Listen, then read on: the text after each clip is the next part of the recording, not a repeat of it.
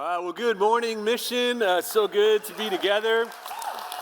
My name is Jim, and I'm one of the pastors on staff here at Mission. And man, I just love being a part of this church. One of our values here at Mission is that we throw great parties, and Friday was about as great as they get. So I just love being a part of a movement of people who are all about that. And if you were walking into Mission today, maybe even for the first time, I'd want you to know, like, the type of people that you are sitting around are people that believe a couple of things. Like, we believe that nobody is perfect. We also believe that anyone is welcome. And we believe that change is possible because of Jesus. There is hope for every single one of us. And we are in the middle of this series called The Rebel Way. And we're looking at a section from the Bible that's called the Sermon on the Mount. And this is a famous teaching of Jesus. In fact, it's been described as the greatest sermon ever preached by the greatest teacher to ever live. And we're calling this series The Rebel Way because, just like that song said, he chose followers that no rabbi would have drafted. He was a rebel in his own way. He would hang out with notorious sinners. He valued and empowered women. He welcomed little children. He touched the untouchable. And he taught this kind of upside down kingdom that was full of paradoxes. He would say things like, the last will be first, the least will be the greatest, and the humble, those are the ones that will be exalted. His message and his way of life was so compelling and so real, but it was also a huge disruption to a religion and tradition that wasn't quite ready for it. It was radical and it was countercultural. And in this sermon that we're looking at from Matthew 5 through 7, Jesus extends an invitation to his audience in that day and to everyone here today to follow him down this rebel way.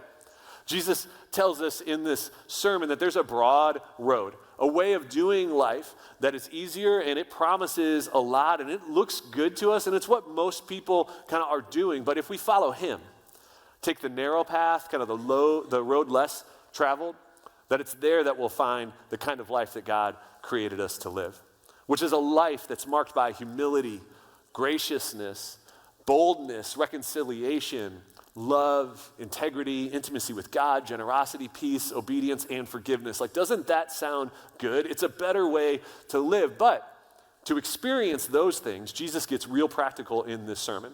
And over the last couple of weeks, we've looked at things like what Jesus had to say about our witness and our anger, our lust, our word, our motives. And over the next couple of weeks, we're going to discover together what Jesus had to say about our anxiety, our judgments, our decisions, and even our enemies.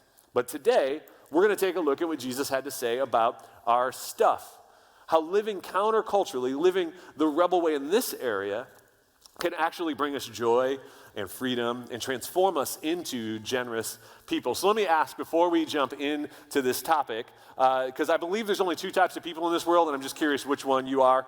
There are purgers and there are packers. And when it comes to our stuff, you are either the type that constantly purges stuff. Like when you heard about fill the truck, you're like, I have stuff in my car right now. Like I will unload it. And you are constantly getting stuff out of your life and out of your house. And you're known like first name basis at Goodwill. They're like, hey, Joe, how's it going? Or you're a packer. And the packer doesn't mean like you are like a mess. Packers are actually usually very organized because they are keeping a lot of stuff and have to know where it's at. And you need to know where that one thing is that you kept for just this moment in time, but you hate throwing stuff away. So how many of you in this room are purgers? Like, can't wait, fill a truck, yep, that's great. How many of you are packers? Like, that's great. That's right, you're my people. You're my people. I'm a packer. I hate throwing stuff away. Now, don't get me wrong. I have no problem purging other people's stuff. It's my stuff. So, like when my wife and I were moving to California about 15 years ago, we were packing up, cross-country move. You get one truck. Everything's got to fit in that. So you start to like have some really significant conversations about what we're going to take and what we're not going to take. And I walked into the room that wife was packing, and there were 4 boxes of shoes. And I was like, really? Like 4 boxes of shoes? You have 2 feet. And I don't know that I've seen you wear those shoes in the last year. I've never seen you wear those shoes. Do we need all of these shoes? And she kind of looked at me and then looked at the 10 boxes of books behind me. She's like, that's a great point. I'll get rid of some shoes. You get rid of some books because I don't think I've seen you read that book in the last year. I don't even know that I've ever seen you hold that book before. So you get rid of some of those. I'll get rid of some of these. And I looked at her and was like, I'll go get you more boxes. Like the truth is, regardless of where you fall on the continuum of packer or purger, the truth is for all of us, we have a tendency to store things that matter to us. And I ran across this clip from a guy named Jerry Seinfeld that kind of summarizes this a little bit, so check this out. All things on earth only exist in different stages of becoming garbage. Your home is a garbage processing center where you buy new things, bring them into your house, and slowly crapify them over time. Objects start the highest level, visible in a living area. From there, it goes down to a closet, cupboard, or drawer. That's why we have those, so we don't have to see all of the huge mistakes we have made. From the closet, it goes to the garage, one of the longest phases in trashification. No object has ever made it out of the garage and back into the house. Or a personal storage unit. This is the saddest of all. Now, instead of free garbage, you pay rent to visit your garbage. Yeah, Jerry's not wrong. He's not wrong. In fact, our culture, like our society, in the United States specifically, has created an entire industry around the ability to store our stuff. I was looking at some stats, and these are ones that stood out to me this week. According to some reports, the U.S. self-storage industry was one of the best performing real estate sectors from 2005 to 2022. Approximately 52,301, that's a very specific number for approximate, but 52,300 self-storage facilities in America offer over 2 billion square feet of rentable storage space. The plastic containers market, for those of us that are more of like the packers, got to be organized, it's over $2 billion for that industry value. Over 90% of the self-storage inventory is located here in the United States from around the world. And perhaps the most incredible statistic, the number of individual storage units in the U.S. Is equal to the number of Wendy's, Pizza Hut, McDonald's, Dunkin' Donuts, and Starbucks combined. You may remember some old Indiana Jones movies where the Egyptians actually created these large tombs back in the day where they knew, I can't take it with me, but I can die with it. I'm going to have it kind of in my tomb. Could you imagine today if we were buried with our stuff, how huge our cemeteries would be? We love to store up stuff. And this tendency, or this desire to acquire and store up stuff, it's actually not new to our generation. You see, Jesus was talking about this in his sermon over 2,000 years ago. And that's because, as we've seen all along in this series, what Jesus is after is the hearts of people. And our hearts were storing up then, and they're still storing up now. So take a look at these words from Jesus in the Sermon on the Mount, Matthew 6, verses 19 through 20. He says, "Do not store up for yourselves treasures on earth where moth and rust destroy, and where thieves break in and steal. But store up for yourselves treasures in heaven where neither moth nor rust destroys, and where thieves do not break in and steal." Now, when I was reading this, it was fascinating to me that some things that Jesus isn't saying. Jesus doesn't say not to store up stuff. He doesn't even say you shouldn't store up for yourself. Jesus seems to care mainly in this text about where things are stored, earth or heaven. He actually says, do not store up on earth, but store up in heaven. And he points out that storing up on earth is temporary, that things break, rust happens, things get eaten through, things get stolen, or they end up in the garage right before the garbage, right? But storing up treasure in heaven is something totally different. That's something eternal. That's something lasting. That's something that can never be touched, taken, tarnished, or trashed. And then he gets real personal about why this location, the reason that the location is so important, because he says, for where your treasure is, there your heart will be also. And Jesus knows this about us. He knows that our hearts actually follow our treasure, that this order here is really, really important, that our hearts get wrapped up in our treasure. And so if we treasure the wrong things, man, that leads to so much pain, misery, regret, and debt. Disillusionment, discontentment, workaholism, despair, envy, anxiety, fear, all of the things that are heavy and hard to live with in our hearts. And Jesus is saying, man, if you want change, if you want your heart to be free from so much of the pain and misery that we experience around our finances and our stuff, man, the solution is you got to move your treasure. Now, if you're like me, treasure is not a word that I use often in my daily vocabulary. When I hear that word, I tend to think of the Curse of Oak Island or the Outer Banks or a pirate, right? I don't understand what Jesus is talking about here sometimes, and I don't know if it applies to me. And I would just say it applies to all of us. If you look up the word treasure, there's two forms. There's a noun and a verb. The noun of treasure means wealth, such as money, jewels, or precious metals, stored up or hoarded, wealth of any kind or in any form, riches, a store of money in reserve. But there's also a verb form of this word, which is treasuring, right? To hold or keep precious, to cherish, prize, to collect and store up something of value for future use. And there's a huge difference between treasure and treasuring. And the big difference here is that treasure gives us value, but treasuring, well, that creates value. Like when we have treasure, the noun form here, our stuff, it can make us feel secure, right? It can make us even feel significant or confident, but man, it's fleeting. Anyone around here remember Enron from back in the day, like the big collapse there? Or maybe you lived through the 2008 market collapse. Or maybe you're kind of reading through the uncertainty right now. And the truth is, maybe we've stored up treasures in our 401k and we go to bed at night feeling pretty secure and confident, only to wake up the next morning and seeing our 401k is being stolen, right? Where moths, rust, thieves break in. Treasure on earth, man, it's temporary and it's fleeting. But when we treasure something, the verb part of this, that we're assigning it value, the object of our treasuring has great worth to the treasurer. And sometimes our lives can begin to reflect the thing that we actually treasure, which is why this is so important. Now, if you need proof of this or to get an example of what I'm talking about, look at how some dog owners who treasure their dogs begin to look like them. There's a whole series of pictures like this. It's like, oh yeah, you have become the object of your treasure. You've become to look like that. And here's what Jesus knows about us, that God actually made us on purpose to be treasuring beings. Beings that create value in what we treasure. That our hearts follow what we treasure, our attention, our time, our focus, our affection. But the problem is we often treasure the wrong things. This has been true for me, maybe it's been true for you too. That if I treasure material things, then how I arrange my life is going to reflect that. That if I'll focus on the ability to have what I want, and eventually I may discover that more is actually never enough. And if I treasure my reputation or my image, then how I arrange my life will reflect that. I'm going to be focused on the ability to manage what others think of me. And decisions that I make are going to be guided by the opinions of others and a desire to be accepted.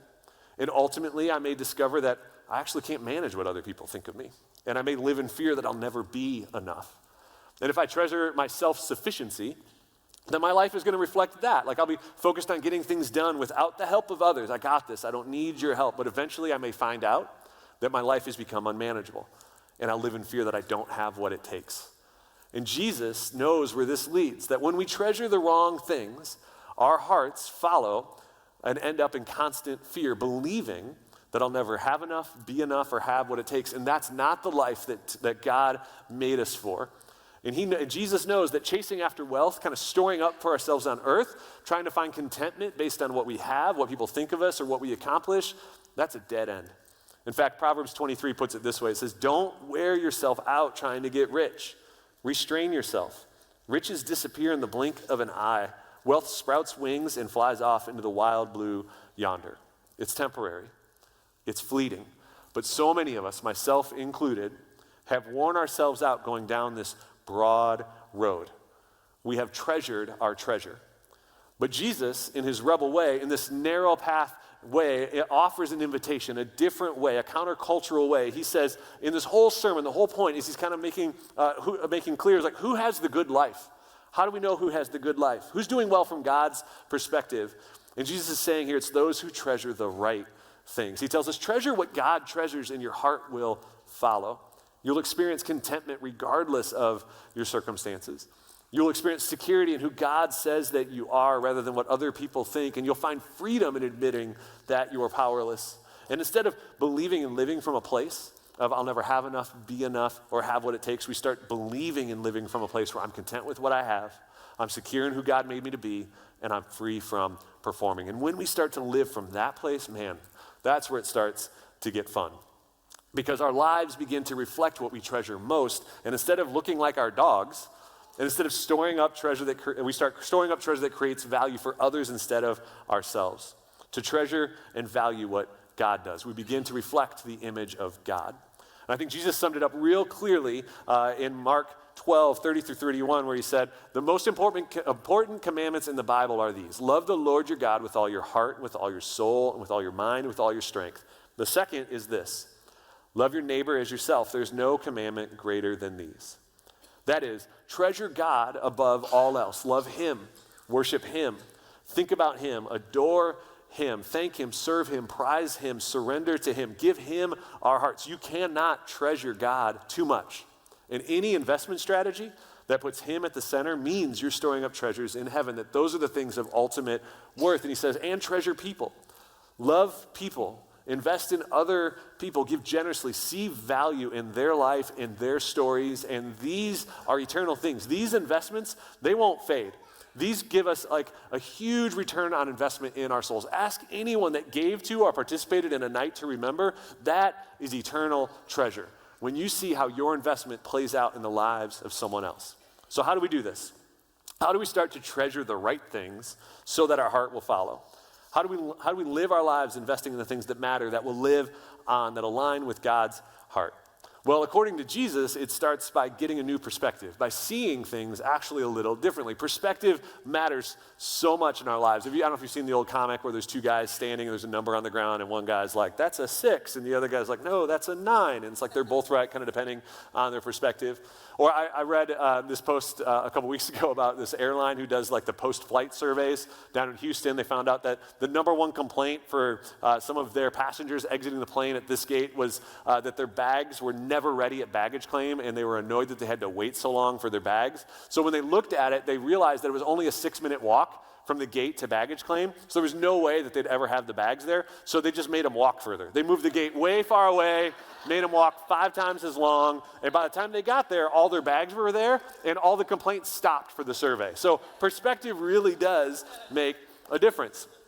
So Jesus goes on in this section, verse 22, he says, the eye is the lamp of the body. If your eyes are healthy, I have to wear glasses. Your whole body will be full of light. He's actually not making a joke there. But if your eyes are unhealthy, your whole body would be full of darkness.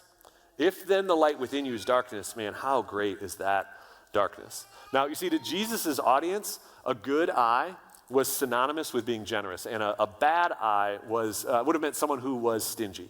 In fact, there's a lot of Greek words that translate into the word good, but this is the only time in the New Testament that this particular Greek word is used. So Jesus is intentionally using a word here that he doesn't normally use. He's doing a little word play here that his audience would have understood and picked up on, because that Greek word good is actually translated as generous. If your eyes are generous, your whole body will be full of light.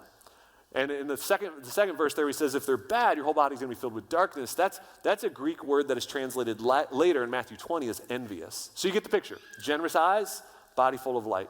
But if you have envious eyes, man, your whole body full of darkness. And he's saying that the way that we see the world, ourselves, God, and other people, that actually impacts everything about us. I love the way John Ortberg, who wrote the book Insurmountable, and John's going to be teaching here next Sunday. Don't miss John being here. He's one of my favorite authors and teachers. He writes in this book, he says, Jesus says, the eye is the lamp of the body. The idea is that to live well in God's kingdom, we need to see the worth of things clearly. Greed, consumerism, chronic discontent, the lack of generosity make me look at the world wrong. Instead of looking at what I have and being grateful, instead of looking at what people need and being generous, instead of looking at God and being confident, I look at what others have who have more than I do, and I get envious. That's the darkness. When our heart is in the right place, it clears up our vision. It allows us to see things differently, to see people differently. We notice things that God notices. We see people the way that God sees people. We see our treasure, our wealth, as a means, a way to help people, as opposed to seeing people as a way or a means to create treasure for ourselves. So maybe a prayer that we could start with kind of every day this week is something like, God, open my eyes to see what you see today. Help me notice where I can make a difference. Reveal to me the everyday opportunities right now to invest in your kingdom where I'm at with what I have. Show me where I'm looking through a lens of greed or envy or jealousy. God, I want to see the way that you see. And could you imagine the impact that that prayer would not only have on our community, if we lived that out as followers of his, but it would have on our hearts. If we were all praying prayers like that, it would change everything. And then Jesus invites us to get a new perspective, not just on how we see, but on what we're serving. To see more clearly what we're really living for. He continues in this section, in verse 24, he says, no one can serve two masters. Either you'll hate the one and love the other, or you'll be devoted to the one and despise the other. But you can't serve both God and money. And the way that Jesus wraps up this part of the sermon can feel a little odd.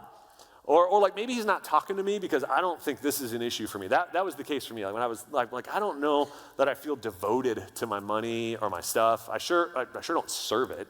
Like maybe it's the opposite of anything. Like I work really hard to acquire what I have so that it can serve me. I don't get what Jesus is talking about here. And that's because sometimes when we're in it, we just can't see it. And for those of you that maybe don't know my story, my background, I've had some personal experience with this at a young age, way back when in my 20s. I got a job in a bank, and I was super driven to obtain a title to become the youngest assistant vice president in my department, a status that I thought would bring certain things for me: reputation, image, security, significance. And with that title, that status as my primary focus, the thing I was treasuring, I ended up making a lot of small decisions that resulted in really big pain. I saw everything through the lens of this desire to have this title, and in the pursuit of what I was treasuring, I'd gotten into significant debt. I was kind of living above my means to kind of fake it until you could make it so that others maybe would look at who I looked like and think that's who I was, right? And it kind of led to this area where I was being all things to all people, and so I had a ton of relationships, but no real friends. At least that knew what was going on inside of me. That here I was, this youngest assistant vice president in the lending department who wouldn't even qualify for a loan himself because I'd gotten into so much debt. On the outside, man, I looked the part. I looked successful, but man, on the inside, man, I was tired. I was overwhelmed. I felt defeated. I felt like a failure. I was embarrassed. I felt like a hypocrite. I had this external image that did not match my internal experience. And nobody knew what was really going on beneath the surface. And ultimately, I had a come to Jesus moment when I encountered these words of Jesus and realized that money had become my master. That I was serving it. It's the thing that I was devoted to. And here's what I mean by that. The thing that I was treasuring, this title, this position, and all that came with it, affected how I saw everything. And the things that money could provide, the status, influence, image, became the way for me to obtain what I treasured. I was giving myself over to it. It became my master. Like when I finally had this moment where I wanted to be done, I couldn't be. I felt like a prisoner. I felt like, and maybe you felt this way too, where in my current circumstances, as I looked at future decisions, I felt like those were predetermined already by the consequences of my past choices. Anyone ever felt that way? For example, my wife and I, in that stage of our life, knew that we wanted to have kids, and we both wanted my wife to have the choice to stay home as a stay-at-home mom, but that was no longer a choice. We couldn't make that decision. Money had already made that decision. Specifically, past decisions that I made through the lens of what I treasured most had made that decision. And if you find yourself there today, I just want you to know there's hope, that there is good news, that these words of Jesus are true. Because in that season, I decided to test God in this. And so I did what it said. I moved my treasure. And the reality for me was like, I couldn't pay my bills anyway. So I was like, well, rather than, if I'm going to be late, I might as well just move that money over here. I'm just going to try to be generous. And what I found was this is really what happened in my life. Like these words were true. When I moved my treasure, and hear me, I was giving out of my like little. I didn't have much, but it reoriented what I saw. It shifted my heart. It changed my desires. I was no longer motivated by the things that I had been previously, and then the whole change and living in a new direction felt easy because my heart was captivated by a different vision. And this order is really, really important. You've got to go with your treasure first. And I experienced internal changes and internal freedom before my external world would change. See this narrow path? This countercultural way of Jesus, serving God instead of money, it can lead to real and lasting freedom. It did for me, and it can for you too. I love the way that John Ortberg summarizes in his book. He says, don't wrap your heart around earthly treasures. It's all going to end up in the junkyard. That's why Jesus said, no one can serve two masters. Money is a good tool, but it is a bad master. You'll be shaped by whatever you treasure. If you treasure money, you'll be shaped by greed. If you treasure security, you'll be shaped by fear. If you treasure approval, you'll be shaped by reputation. If you treasure success, you're going to be shaped by achievement. If you treasure physical appearance, you'll be shaped by vanity. If you treasure power, you'll be shaped by arrogance. But if you treasure God, well, you're going to be shaped by love. So as we wrap up our time today, I want to give us space to respond to this and to really invite God into this conversation with us. And so in a second, when the band comes out, we're gonna respond to worship. And I just want to challenge you, don't leave. Like, this is an intentional space that we're giving us to sit with some of Jesus's words. And so if I can be so bold, I just want to ask a couple of questions for you to consider as we respond in worship. I just want to ask, what's shaping you? Like, where is your treasure? And what's it doing to your heart? How's that shaping you? And what would it look like for you, where you are today, with what you have, to be shaped by love? To treasure God above all else. To invite him into our life in such a way where he becomes our master, the one calling the shots. What would it look like to lay it all down? To live with that kind of surrender, where we say to God, you can have your way in every area of my life. Because this is the rebel way. And it is different, and it's countercultural, but it leads to the best life. Let me pray for us. God, we are grateful for this rebel way that Jesus came and showed us how to live. Man, God, we are so grateful that you meet us where we are today, especially for those of us that may hear this topic around our stuff. And our reality is, when we're living in a financial bind, like, there's no room in our lives right now. And maybe there's guilt and shame around that. And God, I'm just so grateful that you are a God who shows up without shame and without judgment. But man, you offer us hope and freedom. And so for those of us in this room that feel burdened and overwhelmed because of what we have treasured, and it's ultimately led to emptiness and bondage, God, would you give us hope and freedom through your son Jesus and this invitation to follow him? And God, for those of us who maybe have had our vision misdirected by all that we have, that we find ourselves surrounded by, would you help us to see how you see, to cut through the clutter and the noise? And God, for all of us, would you help us to make room for you to move in our lives however you want? God, we love you, and it's in Jesus' name we pray. Amen. Let's